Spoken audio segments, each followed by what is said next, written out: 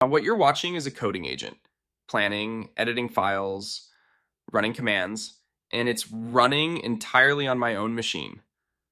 No cloud, no bill. Most people try this by pointing a tool like Claude Code at a local model, and it falls apart. Here's the thing, it's almost never the model, it's the setup. So let's build it properly, from zero. 3 layers, 1 connection, and a workflow that actually holds up on a small local model. First, the mental model. Everything local runs as 3 swappable layers. At the bottom sits the model, the brain. On top of it, a runner that loads and serves the model. And on top of that, the agent, the tool you actually talk to.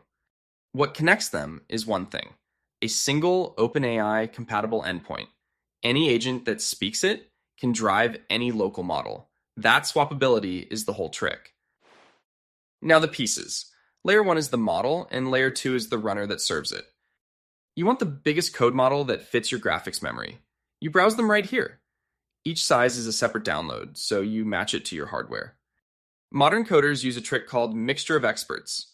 Qwen3-Coder has 30 billion parameters, but only about 3 billion fire for any token, so it runs far lighter than its size suggests.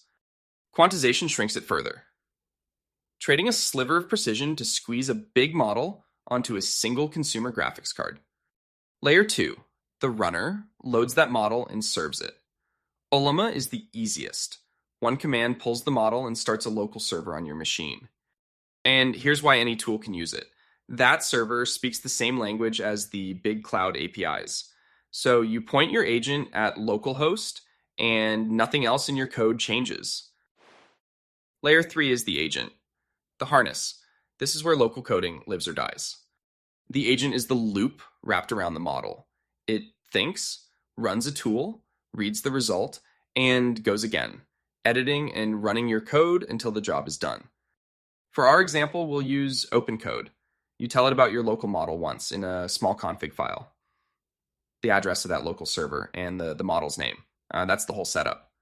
Then you open it in your project, and you've got a fully local coding agent, reading, editing, and running your code, with nothing ever leaving the box.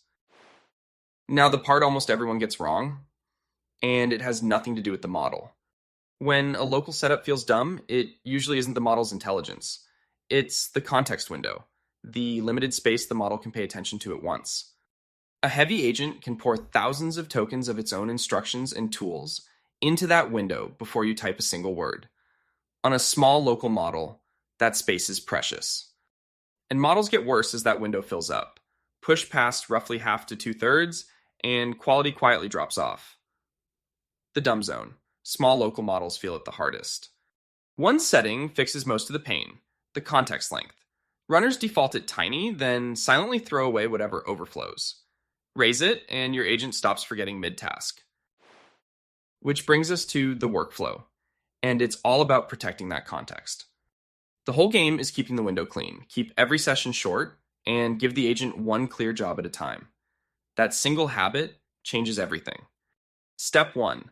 Don't make the small model plan everything. Use a free frontier model to write a detailed plan first. A good plan makes even a small model look brilliant. Step 2. Split that plan into small feature files, one per chunk of work. Now each step is tiny, so no single task ever overflows the window. Step 3. Implement them one at a time.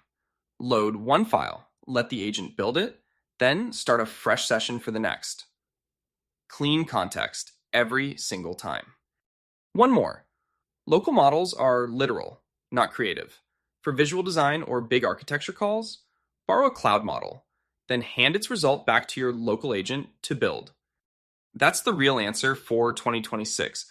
Run the everyday 80% locally and reach for a frontier model only for the hard 20. Be honest about the trade-offs. It's slower than the cloud, it's weaker at big picture design, and because the agent runs code on your machine, only pointed at projects you trust. So, who's it for?